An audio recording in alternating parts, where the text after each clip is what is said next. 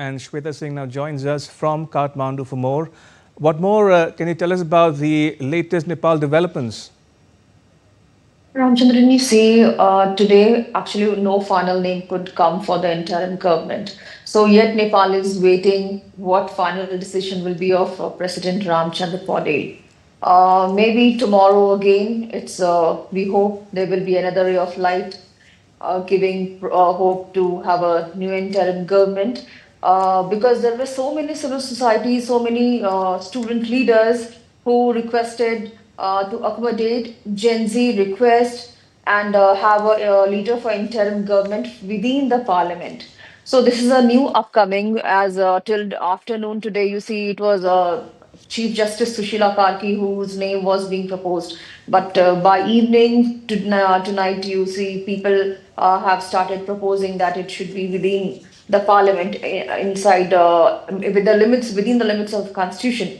So it's rapidly changing, and I hope so tomorrow again. Some if there are new upcomings, new information we will share with our viewers. But till today, curfew has been implemented in Bhaktapur, Lalitpur, Kathmandu, and you see Sankhovasabha in the eastern Nepal.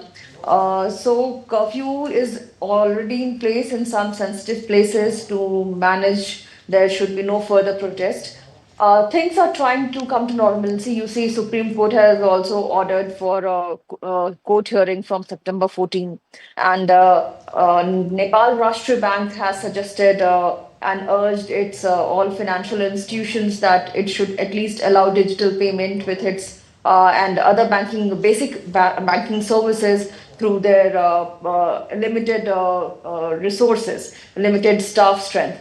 So Nepal is trying to come back into normal life, normal ways. Tomorrow, maybe we'll get something new to know how things will unfold politically.